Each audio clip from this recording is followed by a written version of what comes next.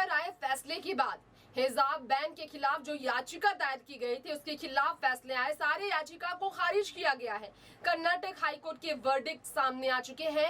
हर तरह से 5 मामले जो सवाल खड़े बने किए गए थे कि एजुकेशनल इंस्टीट्यूट्स में हिजाब पहनना सही है, इस तरह से आवाज उठाई गई थी कि हाईकोर्ट से उम्मीदें थी मुस्लिम छात्राओं को न्याय मिलेगी। हिजाब पहनने के खिलाफ एजुकेशनल इंस्टीट्यूट कोई रूल नहीं बना सकता है, हिजाब पहनने से रोक नहीं की जाएगी। लेकिन विपरीत फैसला आया है कि एजुकेशनल इंस्टीट्यूट को पूरा राइट है हिजाब के खिलाफ कदम उठाने के लिए, पनिशमेंट देने के लिए। अगर कोई रूल्स फॉलो नहीं करता स्कूल यूनिफॉर्म ही पहनना पड़ेगा, हिजाब को नहीं पहनने देंगे। हिजाब को लेकर हिजाब बैन का ये मामला इस तरह से आगे बढ़ता चला गया है कि बेंगलुरु में धारा 144 लगा दिया गया है।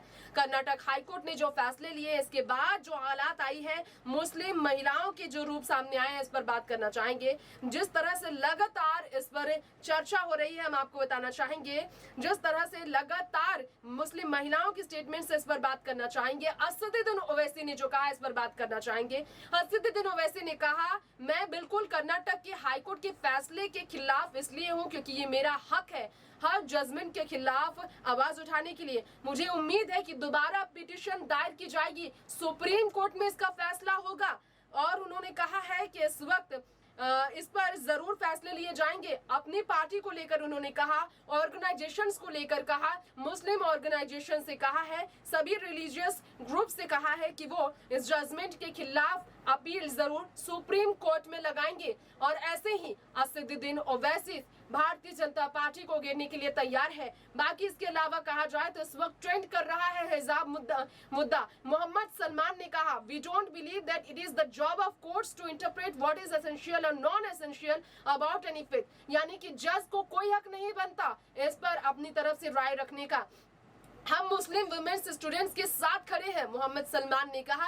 कर्नाटक हाई कोर्ट के खिलाफ सुप्रीम कोर्ट में आवाज उठाई जाएगी। जी हां, लीगल ओपिनियन पॉसिबल रेमेडीज को लेकर करंटली लगाने की बात हुई। हिबा शेख महिला का कहना है यूनिफॉर्म और reasonable restriction for practicing fundamental rights means my constitution has given me rights to follow my religion. How can court जज hijab as not the integral part of Islam, यानी कि कोर्ट के फैसले से इस तरह से लोग भड़क रहे हैं। हिजाब मैं पहनूंगी ये कह रहे हैं। इसी तरह से लोगों की नाराजगी लगातार सामने आ रही है। लेकिन बीजेपी से तेजस्वी सूर्या ने कहा कि ये फैसले का हम स्वागत करते हैं। अश्विनी उपाध्याय जो कर्नाटक हाईकोर्ट के जज है, उन्होंने कहा है कि फैसला सटीक लिया गया है, कुरान के खिलाफ फैसले नहीं आए हैं। इस पर आप हमें राय बताएं। फिलहाल लेंगे इजाजत, देखते रहे नेक्स्ट 9 न्यूज। नमस्कार।